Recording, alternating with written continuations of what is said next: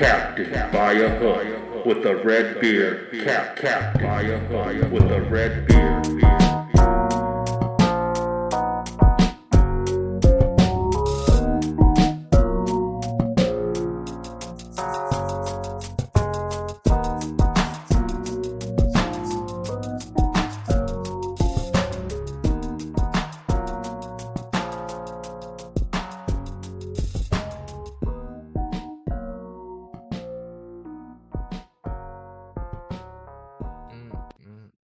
Yes, sir.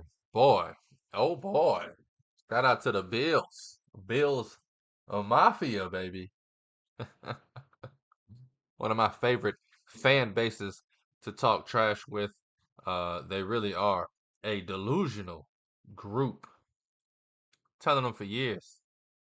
Josh Allen, Buffalo Bills, Stephon Diggs.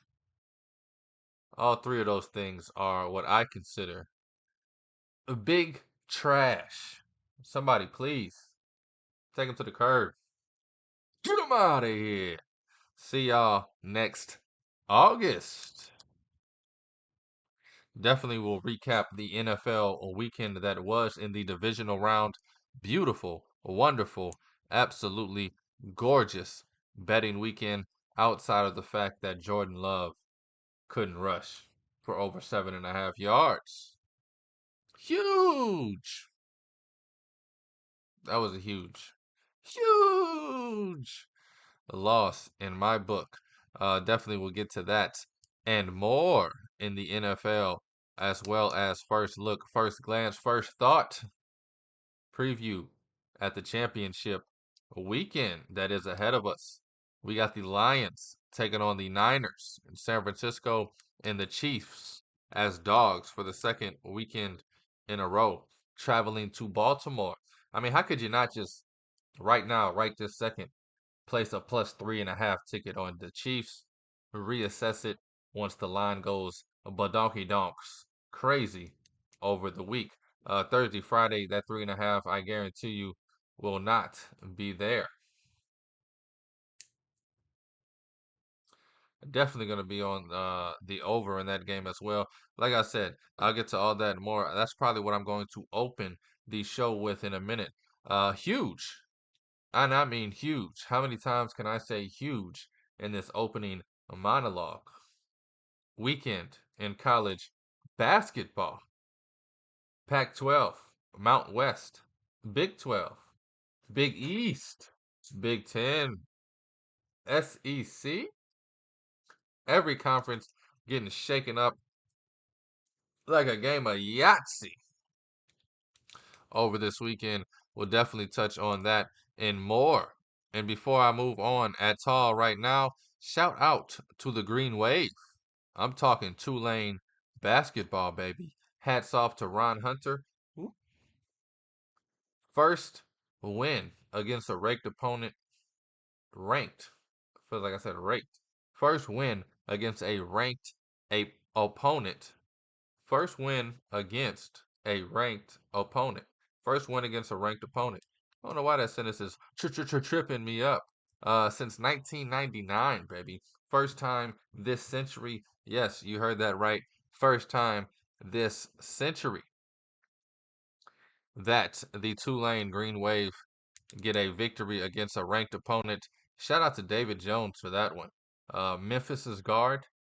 Now that kid, he's just flat out selfish. Shoot first, shoot second, pass never type of guard. Horrible shot at the end of the game. Hey, shout out to him, giving Tulane the Green Wave some excitement. The courts were stormed in uptown New Orleans. Hopefully, this trend of me messing up words doesn't go on for the next 40 minutes. Usually pretty good. Usually a pretty good wordsmith, if you will. Anyway, let's dive in. This is Captain by a Hook with the red beard, presented by Stare Down Sports. Got the Mardi Gras colors going. Mardi Gras theme here through the next 3 or 4 weeks. What's that? 3 weeks? Yeah, about 3 weeks till Mardi Gras. It's starting to be a party down here, and we getting it Piggity poppin'. I'm Rowan Donaghy, aka Rowan Dobbs. Going live, baby. 3 bets for you this evening on the hardwood, the collegiate hardwood that is. Man, I'm excited, man. Can't wait to start talking college hoops. Triple overtime game between Creighton and Seton Hall on Saturday. Can't wait to touch on that. Frank Martin and UMass getting their groove back a little bit. Marquette stealing a win from St. John's.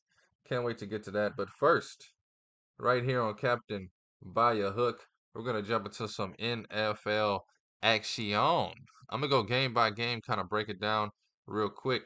CJ Stroud. I hope you were watching what Lamar Jackson did to your defense. CJ Stroud, one of the best seasons I've ever seen a rookie quarterback have. And if you don't believe me, name one. Just look at this year. Look at Bryce Young. I'm trying to think of rookie quarterbacks last year. Mm-hmm. I mean, there hadn't been a rookie quarterback with an impact that Stroud has had, not only on a franchise, but on a city in a very, very long time. I hate to even compare guys to guys, but I haven't seen something like this since Peyton Manning. Michael Vick. And even Michael Vick as a rookie was sitting behind some guy named Chris Chandler, for you young folks that don't know. Took Vick about a season and a half, 2 seasons, before he really took over the reins down there in Atlanta. But man, Lamar Jackson just put on a beautiful performance from Lamar Jackson.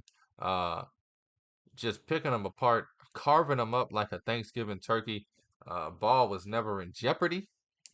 You never felt like, oh, right, all right, all right. It was always cool, calm, smooth. Let's get it. Lamar Jackson is a damn dog. I honestly don't think there's a team better than the Ravens this year in the playoffs. However, still got to go out there and win the games. He's going to have a tough one this weekend against that Chiefs defense. Going to have a tough one against Patrick Mahomes, who everybody is I mean, he's got 2 rings. So how could I argue with it? And don't get me wrong, I think Patrick Mahomes is great. One of the greats. Let's let him get 3 rings before we compare him to Tom Brady. There's a lot of good quarterbacks that have 2 and 2 early. Ben Roethlisberger, if you don't remember, got 2 rings pretty early and was mediocre the rest of his career. I'm just saying, let's stop jumping the gun with these comparisons. Everybody's talking about Manning, Brady. I don't think Josh Allen is anywhere close to either of those names. I'm talking about the last night game. Mahomes, Allen.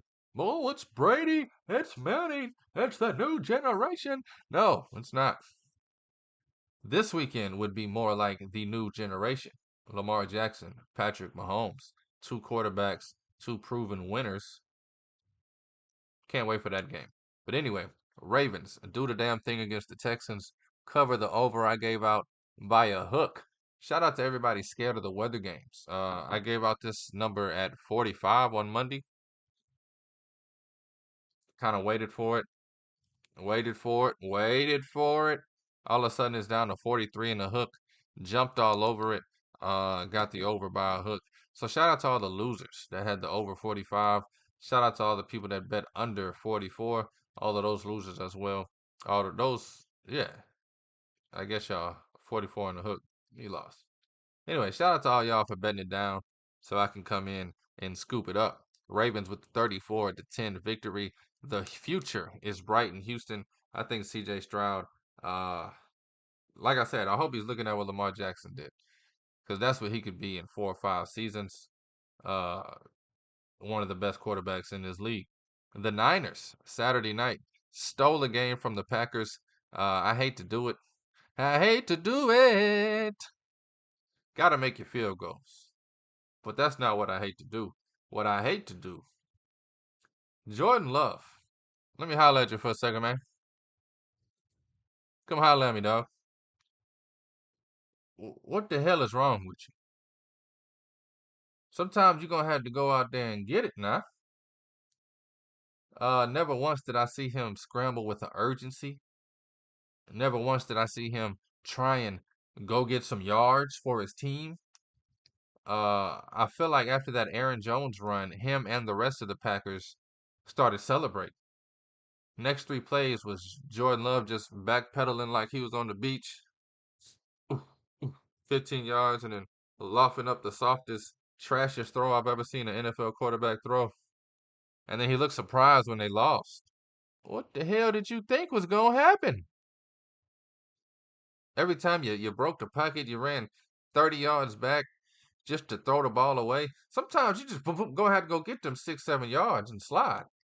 Yeah, I get it. I understand. New generation.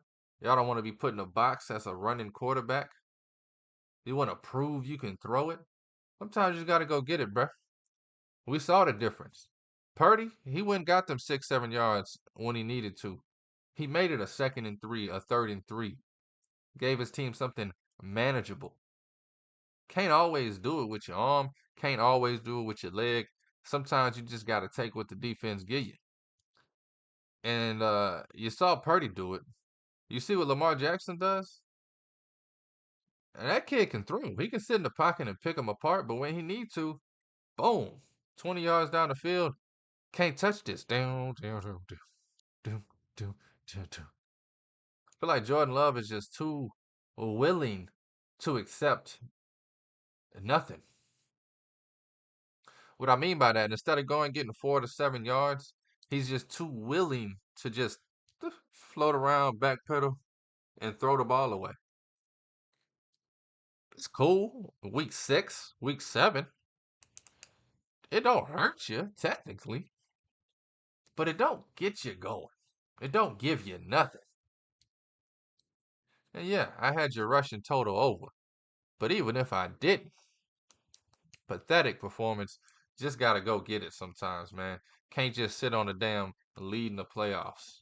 And I felt like Jordan Love was just sitting on the lead he had in the playoffs, thinking, oh well, oh well, oh well. Gotta make it happen sometimes, man.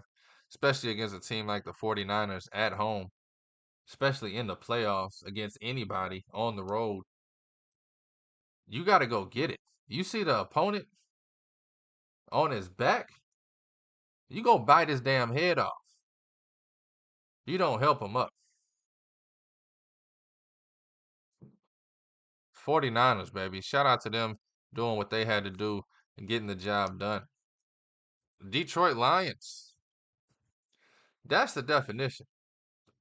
Lions was up 7. They didn't just rest, relax. They was in attack mode. Now, mind you, I don't agree with everything that they did. But they didn't just sit on a 7-point lead. They pushed it to 14. They gave their defense a real okay, it's so there's see Jordan Love put all the pressure on his defense. Never once really getting a comfortable lead, just ahead. Lions, they gave their defense that comfortable lead in the fourth quarter. Look, you have 14. Go play balls to the wall. Go make a play. Don't worry about getting beat. They got to score twice. Times against them, we can just kind of relax and play our game. Packers was like, man, we need to stop or we lose. They didn't get the stop and they lost. Buccaneers, they got one of the touchdowns they needed. But now the Lions really could look at the clock and be like, all right, because of their dumbass went for 2 and didn't get it, we up 8. I think it was about 3 minutes left. We good. I don't think the Packers ever felt like we good. I think Jordan Love felt like we good. But I don't think the Packers ever felt like it. Lions, man, shout out to them. Kind of hate to see Baker Mayfield go out the way he did. Kind of don't care. F the Bucks. I'm a Saints fan. Who that say they're gonna beat them Saints? Mike Evans, worst receiver in the league, had a damn game. Baker slang that thing. Just kind of came up short in the end. 2 interceptions. You're kind of not gonna win a game in the playoffs with 2 interceptions. The last one you can't really. The first, either one of them. I mean, first when I put on Mike Evans, the second one trying to force stuff down the field, it just kind of happens that way. Lions, man, first time since I was born, literally, first time since 1991. Are they going to a championship weekend? I was born in 91. So it was about 2 or 3 months before I was born. I'm a summer baby, late summer. Hot boys. But shout out to the Lions, man. I can't wait to see them in San Francisco next weekend.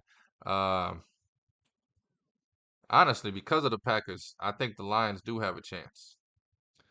I think the Lions have the right mentality if they do get up and get a lead on the Niners. Let's just keep on pushing, keep on pushing. Now, what the Lions did do yesterday that scared the hell out of me. Whole first half, they were scared to run the ball.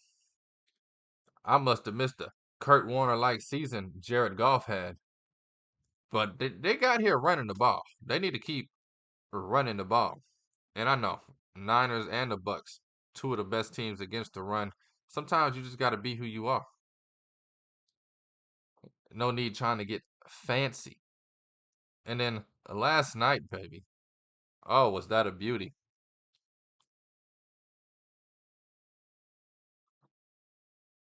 The missed field goal, huh? Missed field goals, I guess, are a theme of this weekend. Both of the night games decided by 3 points. Both of the teams that lost by 3 points missed a field goal. And how about Matt LaFleur? Really putting some confidence in his kicker. Statement came out that before the game, not before the game, but like the week before the game in the media, he's talking about his kicker, and he said, when he goes out there, I just pray. Well, hell, that's why he missed it. You got to put some, even if he 0 for 30, that's my guy. If you're not going to make a change, you got to stand by him. That's my guy. I believe in him. Put him out there on a chance to give us a 7-point lead. He didn't do it. Damn. But don't go out there. I just pray.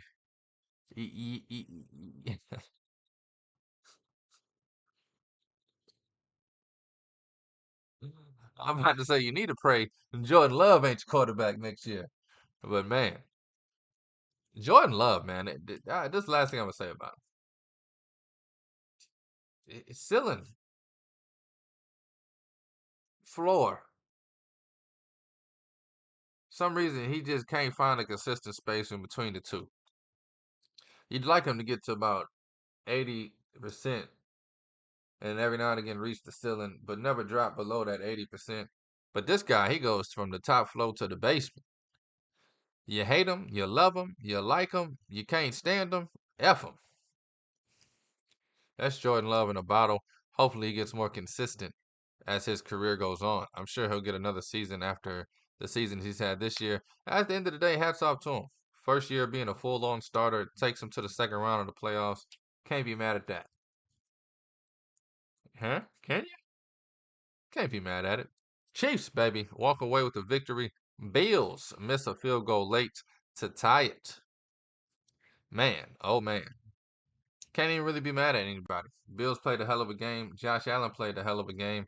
I kept waiting for him to be vintage. Josh Allen throw one of those picks he likes. Honestly, if the Bills fans are mad at anybody, I wouldn't even be mad at the kicker. I'm mad at Stephon Diggs' sorry ass. Dropping a pass late in the game that could have put you in a whole lot of better situations. I mean the ball. I mean, what the hell is? You already dropped it, bro. Get your hands on it. Anyway, I shouldn't be telling somebody making $20 million a damn year how to catch the damn ball. Yeah, I think I can catch better than Stephon Diggs. Big trash. Anyway, Bills don't get the job done. I could talk trash all day about the Bills. Uh, but I really don't even want to give y'all no airtime. Let's talk about the teams that's still in the playoffs. We got the Chiefs, baby. A little preview of next weekend.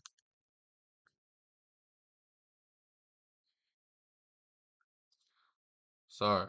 A little preview of next weekend. Chiefs right now, it's heavily juiced, man. I'm telling you, this 3.5 won't be here. Just saw some line movement actually in front of my face. The Lions just dropped to 6.5 from 7. Um, I didn't mean to talk about them first, but hey, Sunday night, baby, you got the Lions going to San Francisco, taking on the 49ers.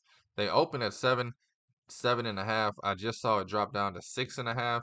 Now it's juiced toward the Niners. We'll see what the hell happens over the week. Um, I don't think the Niners have the offense to really blow a team out. I do think the Lions keep this game close. However, we just saw the Lions kind of in the same number, but opposite as the favorite of 6.5, cover it pretty easily. Still would have covered even if the Bucks kicked that field extra point and just went down by 7. 6.5 is a tricky one because Niners at home, they could win this by a touchdown or more, but I do think the Lions keep it close. I think the Lions have a chance late to win it. I think if the Lions do have a lead going into the fourth quarter, I think the Niners will have to pry it out of their hands. I don't think the Lions are just going to give it to them like the Packers did. If I had to make a bet right now and I haven't even broke anything down, haven't thought about it, this is first glance, first thought, first reaction. I'd be on the Lions as well. That +7 that just disappeared was looking beautiful. +6.5 still might take it today. I'm not betting any of this. I don't bet football early unless the Chiefs I might. 3.5 definitely won't be there. But I'm not gonna take a damn Lions bet on Monday.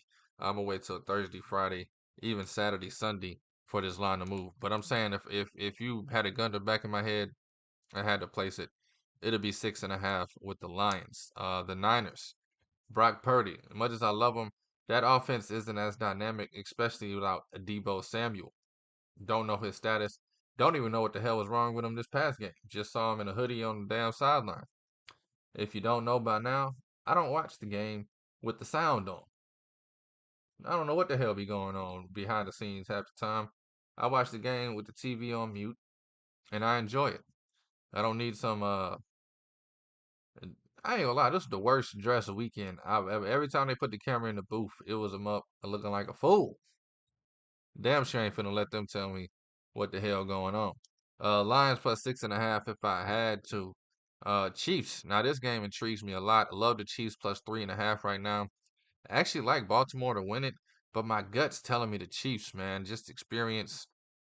That defense is dynamic. Uh, I don't know if the Ravens will be able to run all over 'em. I don't know if Lamar will be able to run all over 'em. Of course, he's going to look like a superstar. He's going to get 40, 50, 60 yards rushing. But I don't know, man. I just think the Chiefs have it, whatever it is.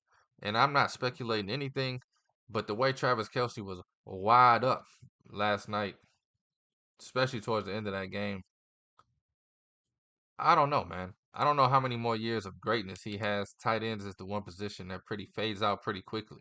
We saw Gronk 8, 9 years. That's why it's so amazing what Antonio Gates and Tony Gonzalez was able to do. People in that position usually don't stay around long, and if they do, they're usually not elite.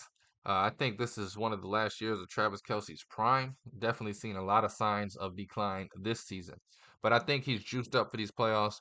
I think he knows in the back of his head, I might not be what I used to be, but right now I'm as good as I'll be ever again. For those that don't understand that, break it down and think about it over lunch. Give me the Chiefs +3.5. Might even jump on that money line. But one bet I'm gonna have for sure in this game, I'm betting the over, and I'm gonna get that in ASAP. 44 in the hook. Oh baby, give it to me. Ravens Chiefs definitely gonna get into the 60s, 50s. Excuse me, definitely gonna get into the 50s. Definitely think both of these teams get over 25 points. First one to 31 wins. That's my opinion. Give me the over 44.5 guaranteed. Probably touch the Chiefs some way or another in this game. Although I love the Ravens. Love what the Ravens and Lamar Jackson's doing this year. Man, oh man. It's been a hot ham good day. Let's jump over to some college hoops, baby. Talk about what matters. Talk about what matters.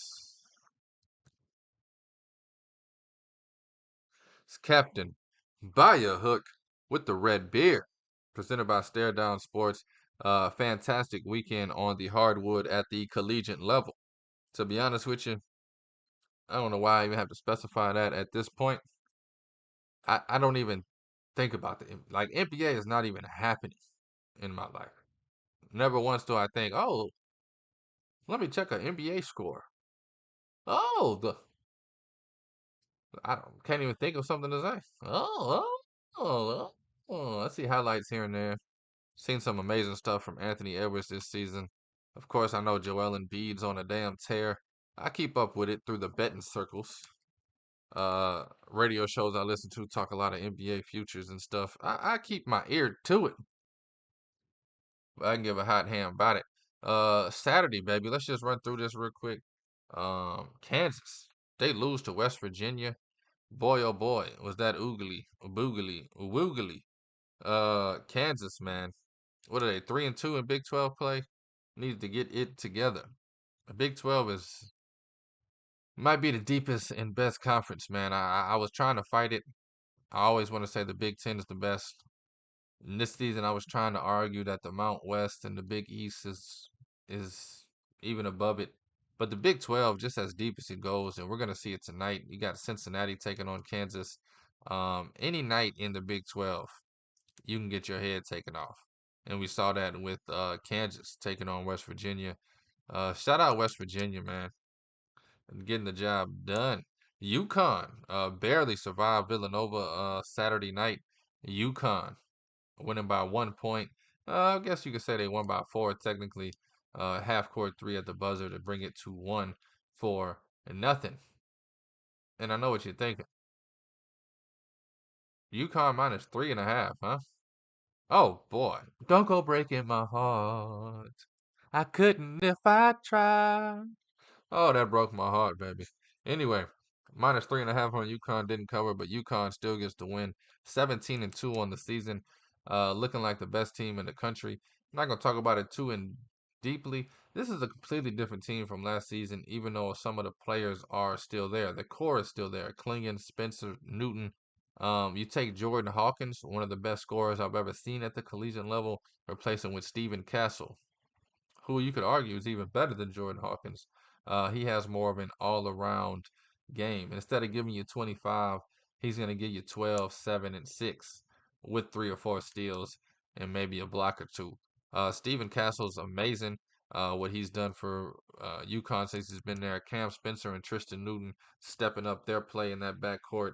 And then, of course, Donovan Klingon, he's an enigma. When he's on the floor, it's just a different feeling.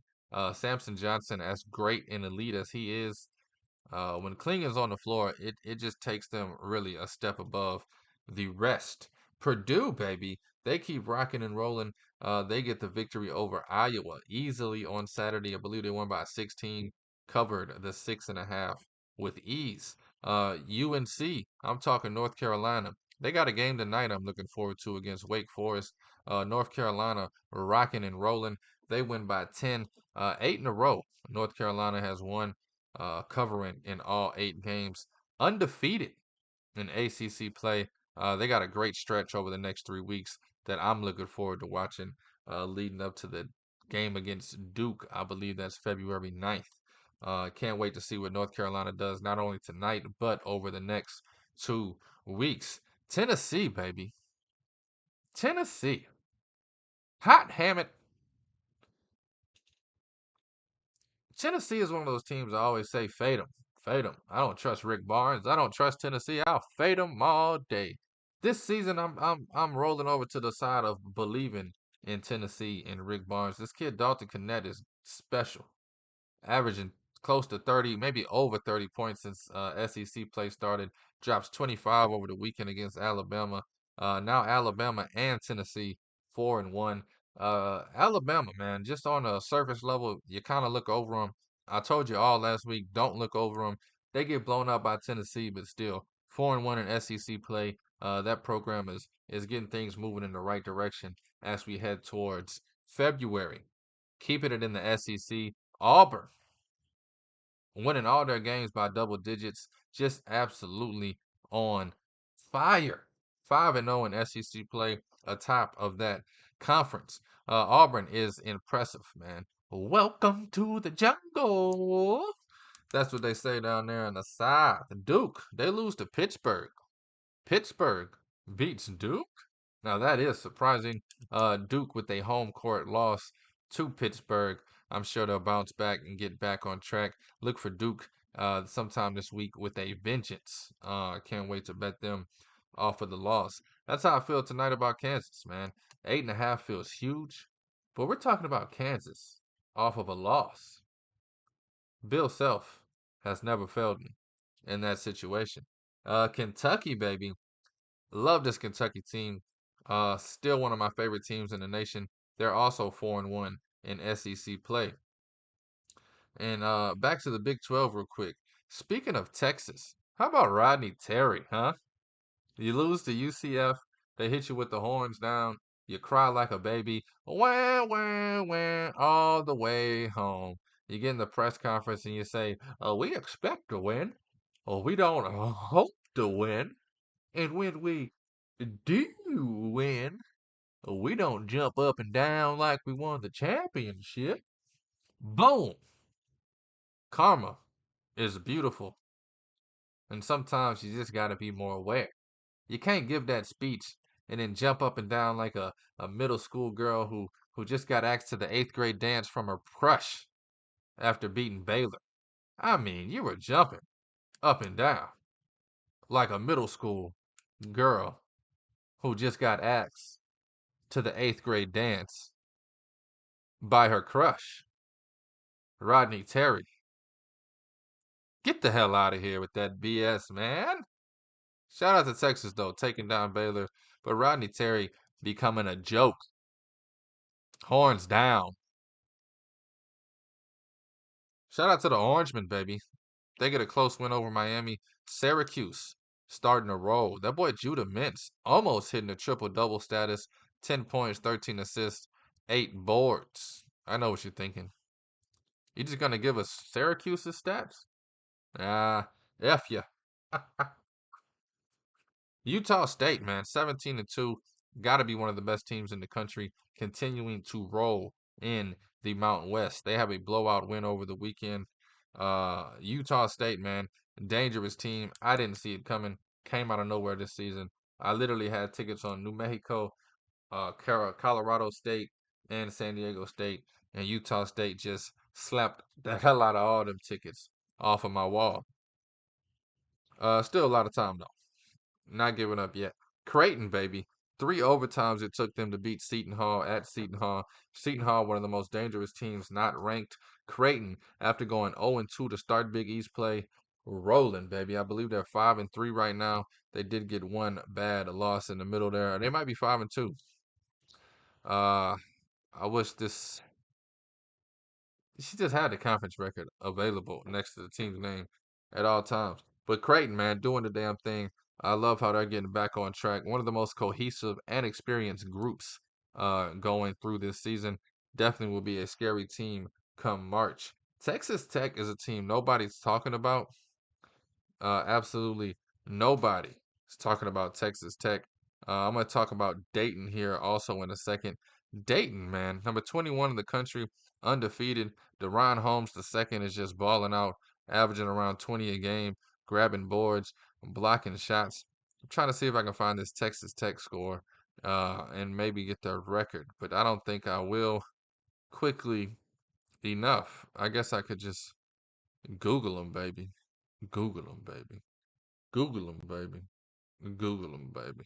Arizona State too, man. Non-conference schedule. Arizona State looked like one of the worst teams. All of a sudden, they flip a switch once conference play comes and or start really getting things going. I think they're 5-2 right now in the Pac-12. Towards the top of the Pac-12. Yesterday, I'll get to that. We saw Oregon lose to Utah. Utah definitely one of the best teams in the nation. Utah up top of the Pac-12, and then you got Oregon and ASU 5-2.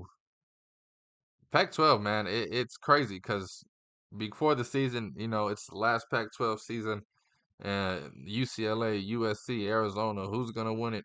And then boom, you just get slapped upside your mouth, and you realize this is gonna be Colorado, Oregon, Arizona, Utah. That's gonna be fighting it out. for the top of this. Texas Tech, here we now. They beat BYU, who was number 20 in the nation. Texas Tech ranked number 25th. Haven't heard anybody talk about him. This kid, Isaacs, 32 points, 5 rebounds, 4 assists in the game. Pop, that's a great name. Pop Isaacs getting the job done. They're first right now in the Big 12. Texas Tech. If I gave you $100,000 and told you who's first in the Big 12 right now, without you looking, you'd probably guess Kansas. Anybody but Texas Tech is what I'm saying. Texas Tech needs to get some more love. That's why I'm trying to give it to them right now. All right, nah, nah, nah, nah, nah, nah. All right, nah, nah, nah, nah, nah, nah. They got the week off, and then boom, Saturday, huge game against Oklahoma, who's currently ranked 15th. Rankings will change, but the last 10 for Texas Tech is 9-1, baby. 15-3 on the season. Still don't have their Big 12 record, but it says first in the Big 12, so I'm gonna trust it. I'm gonna trust it. Texas Tech, man. Love what I'm seeing from them this season. Few more teams here. New Mexico. Boom. They blew out somebody. Air Force. Love to see it. Colorado State struggled with Air Force. New Mexico came in and said, bruh, y'all tripping. Blows Air Force out the water by 30. McNeese State. Talk about them a little more here in a second. They cover win by 14 over the weekend against Incarnate. Word. McNeese State now one of the best records in the nation. They're 16-2 right now and have a huge game tonight against Texas A&M Corpus Christi, who's 4-1 in conference play. McNeese State's 5-0 in conference play. That is a huge game. Texas A&M Corpus Christi at home.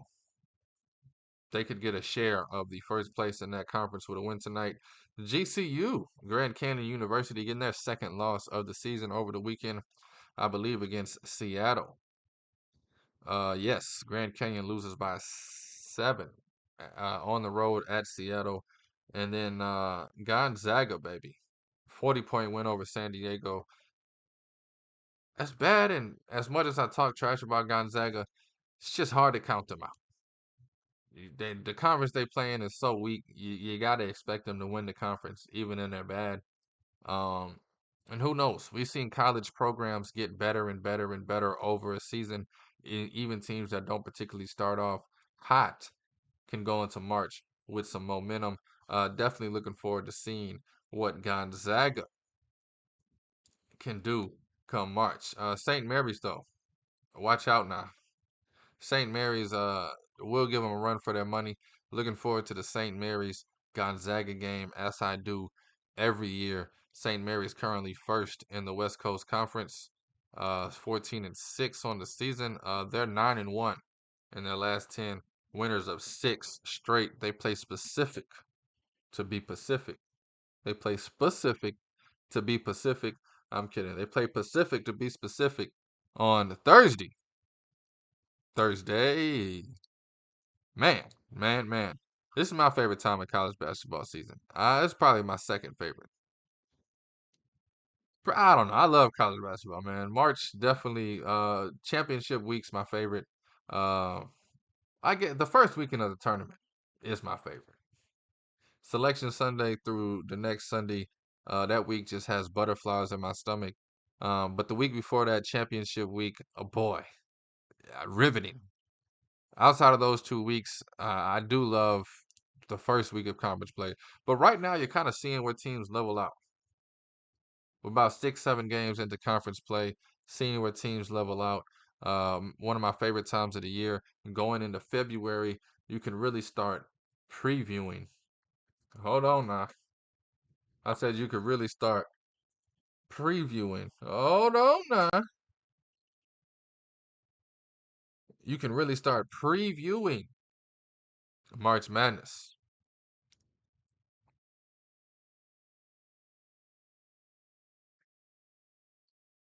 This is Captain by a hook, baby, with the red beard presented by Stare Down Sports. I am Rowan Donaghy, aka Rowan Dobbs. Now, around this time every year, people say it's a little early. I tell those people, you gonna be a little late. Starting this week, starting tomorrow, actually, start breaking down some March Madness stuff. Tuesdays and Thursdays, as I did last week, as I did last season, we will pick conferences and break down the teams that can, will, and maybe make it to the tournament and break down everything we like about them. I know what you're thinking. What do you mean, break down everything we like about them? I'm going to tell you about how well they are rebounded. I'm going to tell you what kind of sets they like to run. I'm going to tell you what kind of defense they like to run, how the defense can affect other type of teams. Also, what type of defenses affect them according to their sets, shot makers, spots on the floor they like to get shots off from, what kind of defenses can get them off of their rhythm. Also, we're going to be talking tempo. We're going to be talking rankings, key palm, RotoWire, breaking down all of that type of stuff, efficiency, offensive and defensive efficiency, uh, free throw percentage and rebounding, two of my biggest things. Free throws and reboundings. When you're talking about gambling on this sport, free throws and rebounding, two of the most important stats that I don't hear people talk about enough in college hoops. Free throws make or break the spread, and rebounding or not gives you a chance to win or not. So definitely going to do a deep dive into these teams every Tuesday and Thursday. We will be picking that. Um, Again, I did it last season. Got it again here. As you see, we're just going to go through each conference and talk each team. So, for instance, tomorrow we're going to be doing the American and the WCC. And if I got time, Ivy League. Thursday, we will be doing Big South, Big East. And if I got time, Big Sky. Next week, we'll jump into the Mount West. Uh, Leading up to getting to ACC, Big 12, Big 10, SEC. Uh, it lines up perfectly every Tuesday and Thursday, breaking down these things. It'll end about March 2nd, right before championship week. You can have all these notes and stuff going into the tournament. I don't know how much it helped anybody last year, but this is what I do already for myself. So why not share it with you guys? And not to brag, not to jinx myself, knock on some damn wood. Had a hell of a damn tournament last season, betting wise. Not only picking UConn to win it all in the futures market, but just day to day, absolutely slaughtered that bracket in that tournament. Felt like I couldn't lose, and it's because of all this stuff. Oh snap! We got this team likes to run the ball. This team doesn't run the ball at all. Full court pressure defense really messes with these guards. These guards and get off their rhythm. Okay, let's take the dog. It's that simple. This team don't make free throws at all. Bet whoever the hell playing them to cover. Who has the biggest rebounding advantage? Stuff like that, man. The game's simple, but it's hard. One of my favorite sayings, it's easy, but it's hard. So definitely, by the time the tournament comes, you'll have a breakdown on every single team that's in the tournament from me on this show. Also, we'll probably have a few teams that's not going to make it because things change, people change.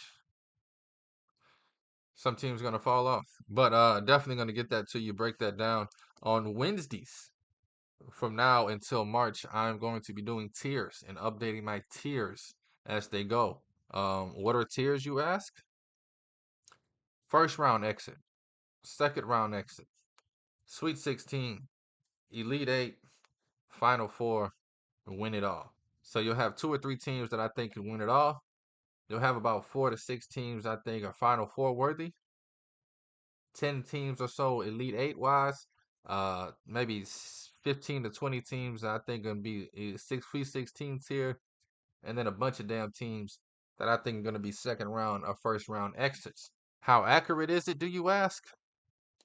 I'm pretty damn good at handicapping this sport, and I can say that with confidence because over the last 13 years, that's what I've been able to do at a high level.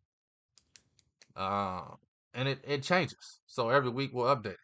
Last week, I would have told you Memphis, Final Four team. This week, oh, they're not making it out the first weekend, baby.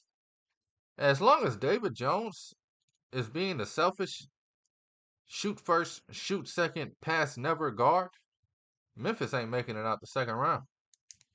If he can change that, and we'll have to see if he can, maybe they get back to being a Final Four team.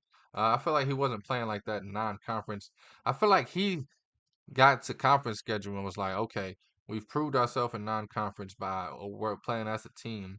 Now it's time for me to shine. We're playing these weak ass conferences, playing teams like Tulane.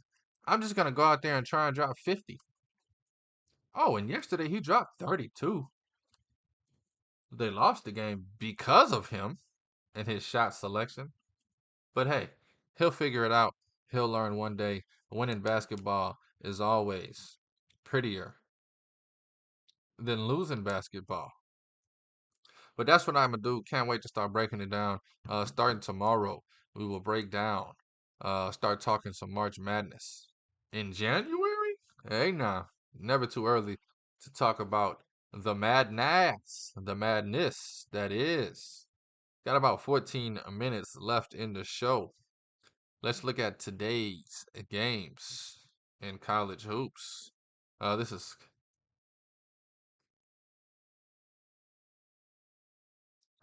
captained by a hook, baby, with the red beard. Let's preview tonight's games. Looks like we got some line movement, and we do. Definitely do. Oh, man. Stinks. This stinks. 3.5 moved to 4.5. 8.5 moved to 9.5. Uh, some point here, I'm gonna get money on Cincinnati, even though I'm just gonna give out Kansas. Last night when I liked Kansas, it was 7.5. So it's moved a whole 2 points since then. Um, I'll talk about that though. Let's preview the rest of the games. Lehigh taking on Colgate. Definitely a game Colgate should win, but covering that 11.5 is going to be hard for Colgate, even at home. Nothing, no bet on this game. Kind of like the over as well. I think both of these teams will get running over 144.5. Colgate and Lehigh. Northwestern State, they're taking on Southeastern Louisiana. Shout out to Southeastern. Uh, just shout out to Southeastern. Shout them out. Shout out to Southeastern, baby. They're 5.5 at home against Northwestern State. Who the hell knows about that? Um, sheesh. Just watched this team lose by 16, and now they're taking on Nichols. I'm talking Incartane. Word. UNO taking on Houston Christian. A bunch of games nobody gives a hot ham about. It is Monday in college hoops. I'm surprised we even get the 3 games that we got. I guess it's only 2 games really. Not much going on outside of the bets that I have. I really don't know how I'm gonna do this. Let's just talk about it. Like I said, I like Kansas at 7.5. Should have bet them last night at 7.5, and then I can come back and take Cincinnati plus 9.5. Hope for a middle. Uh, that's a win-win situation. But I didn't. Um, but I'm gonna start with that game. We got Kansas right now. They're minus 9.5. Sheesh, that's ugly, man. Off of a damn loss though, Big Self at home. You gotta think Kansas is gonna come out and they're gonna come out rolling. The only problem I have is Kansas doesn't have an offense that they control. They don't have somebody that can go get them some buckets. Hunter Dickinson, you take away the left hand baby hook. Oh my God, horrendous. What's your boy name? McCullers? Just give him the ball. He's self-checked. He'll go out there and get you 16, 18. But it's not going to be easy. And it's not going to be pretty. DeJuan Harris Jr., for some reason, this kid is allergic to shooting. He's not going to go get you no buckets. Those 3 players account for 70% of Kansas' scoring, and I don't trust either one of them. So it's just so hard for me to back Kansas, especially to win by double digits. I know it's at home. I know it's against Cincinnati. Nobody can even name any player on Cincinnati. It's not like Cincinnati scares me. Kansas scares me. Betting on Kansas scares me. 7.5 though, I did like, man. I felt like they could have got rolling. Free throws late, could push it to 8 or 9. But 9.5, it almost feels like Cincinnati or nothing. And I hate to even say that. I just wrote an article on Stare Down Sports giving out Kansas minus 8.5. Didn't really like it, but I was on 7.5. Just kind of stuck with it. But 9.5, you can't do it. I'm not. I said you can't do it. I'm not. Just the game's turning into me not touching it at all. Over 145.5. Sheesh. That's right on the fence of over under. Really don't know. I think it's a pretty sharp number. I mean, this game could be 69-65, or this game could be 90-70. Ooh, I can't call it. Hey, you know what I daydream about often? Just going back in time. Just bet. Knowing. Going back in time with my handy dandy book with all the bets over the last 2 or 3 years, tracking them and just banging them. Bow, bow, bow, bow. I wish I can go back in time and see this game before it happened. Because this is the game I just can't call it. Don't have a feeling either way it goes. It's becoming a non-bet, like I said. 9.5. I definitely just cannot touch that game. Can't do it. Man, let's get to these other two games though that I do have bets on. Th- just to start this segment off for people that click timestamps, it's Captain by a Hook with the red beard. We're talking betting. College basketball bets for the night. I like Kansas at 7.5. I just kind of talked about it for 2 or 3 minutes. If you want to go back, hate them at 9.5. Kind of just turned into a stay away game. That's what you got to have discipline for, is to stay away even if you like it. But the two games I do have money on, 6 o'clock games. One of these lines has been up and down. Loved it at 5.5. Uh, almost bet the house on it. It moved to 3.5 quickly. Last night I watched it move from 5.5 to 3.5. For some reason still didn't jump on it. I thought, let me just monitor this. Maybe I don't know what the hell going on. Try to look up stuff. Don't really see anything for McNeese injury wise. Don't see any reason why they shouldn't be favored by the original 5.5 that they opened at. It was 3.5 this morning. It's moved to 4.5 now. Still love it. Still like it. Um, I keep forgetting about my boy Frank. Anyway, North Carolina, baby. They're at home taking on Wake Forest, minus 8.5. If you look at the stats, these teams are damn near similar. Damn near the same team. And then you realize North Carolina is top 40 in both offensive and defensive efficiency. Then you realize that North Carolina is not going to turn the ball over. They only turn the ball over 12% of plays. That is top. I forget, but it's top 30, top 40 in the nation. They rebound the ball at an elite level, extremely elite level. And they've won 8 straight and covered in all 8 games. So I'm gonna take North Carolina at home here, minus 8.5, baby. Definitely gonna be on that. Let me get this Kansas out of my bet slip. North Carolina minus 8.5. Definitely a bet that I'm gonna be on tonight. And now I need somebody, anybody, hit me with the horn.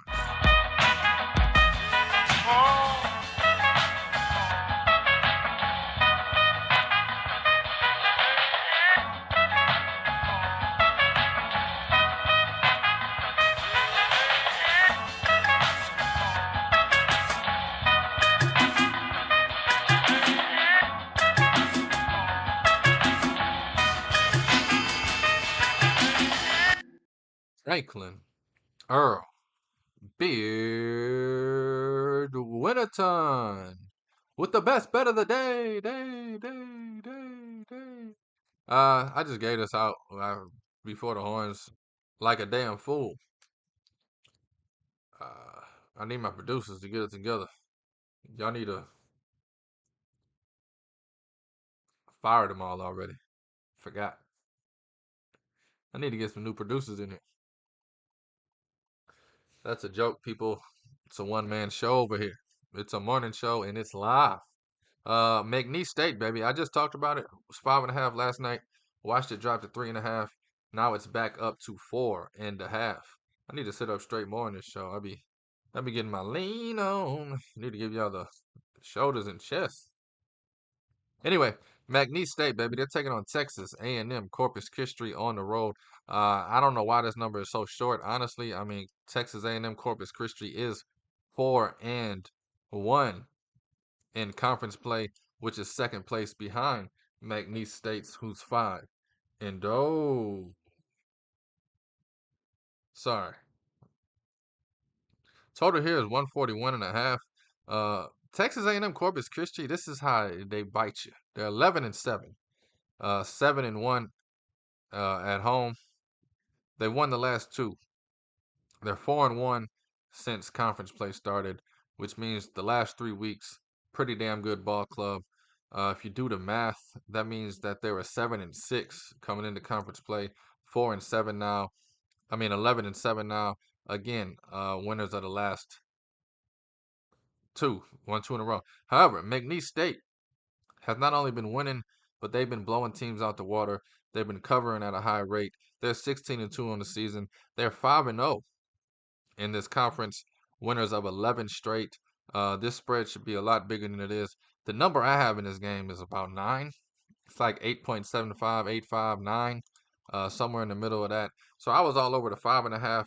Definitely my favorite bet of the day is McNeese State on the road, -4 in the hook. I don't know if you want to wait it out, see if the 3.5 comes back.